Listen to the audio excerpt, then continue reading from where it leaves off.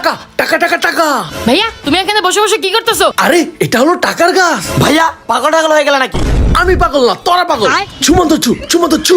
ভাইয়া যে কিপটা, আমরা যে ভাইয়ের কাছে টাকা চাই এর জন্য মনে হয় ভাইয়া পাগলামি করতেছে। হ্যাঁ মনে হয় ভাইয়ার মাথার তার ছিঁড়ছে। আরে আমার মাথার তার ছিঁড়ে নাই, এই গাছটা আমাকে একটা সাধু বাবা দিয়েছে, কালকে সকালের মধ্যে এই গাছের টাকা ধরবে।